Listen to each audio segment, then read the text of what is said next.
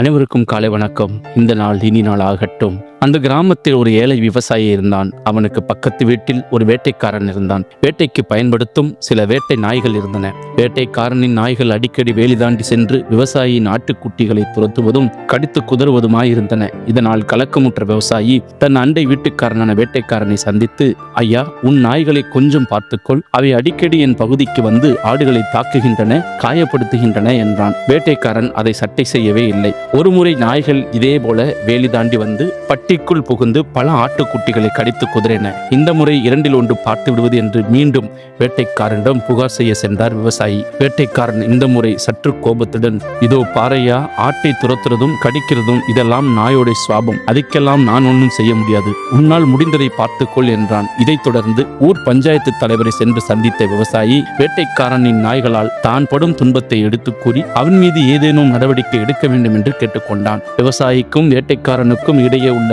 பிரச்சனை பற்றி விசாரித்து தெரிந்து கொண்ட பஞ்சாயத்து தலைவர், என்னால் பஞ்சாயத்தை கூட்டச் செய்து அந்த வேட்டைக்காரனை தண்டித்து அபராதம் விதித்து அவன் நாய்களை கட்டி போட செய்ய முடியும். ஆனால் நீ தேவையின்றி இதனால் ஒரு எதிரியை சம்பாதிக்க நேரிடும். உனக்கு அது சொந்த வீடு, அவனுக்கும் அது சொந்த வீடு. இருவரும் ஒருவர் முகத்தை ஒருவர் தினசரி பார்க்க வேண்டும். அப்படி இருக்கையில் பக்கத்து வீட்டுக்காரன் நண்பனாக இருப்பதில் உனக்கு விருப்பமா அல்லது எதிரியாக இருப்பதில் விருப்பமா? பஞ்சாயத்து தலைவர் சொல்வதில் உள்ள யதார்த்தத்தை புரிந்து கொண்ட விவசாயி அண்டை வீட்டுக்காரனை ஒரு நண்பனாக பார்ப்பதில்தான் தனக்கு விருப்பம் என்றான். சரி, உன் ஆட்டுக்குட்டிகளும் பத்திரமாக இருப்பது போலவும் அவனும் உன் நண்பனாக இருப்பது மாதிரியும் நான் ஒரு தீர்வை சொல்லுகிறேன், கேட்கிறாயா என்றார். நீங்கள் எதை சொன்னாலும் கேட்கிறேன் என்று சொன்னார்.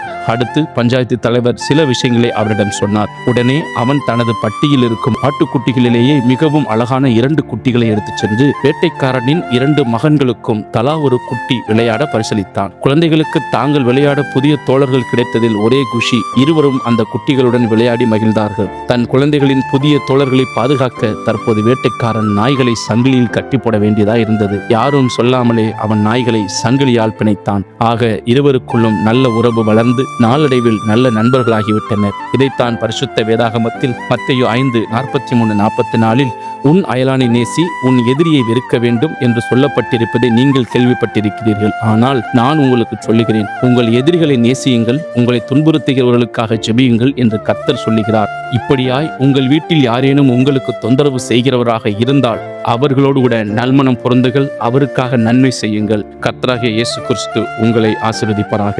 இந்த நாள் இனி நாள் ஆகட்டும்.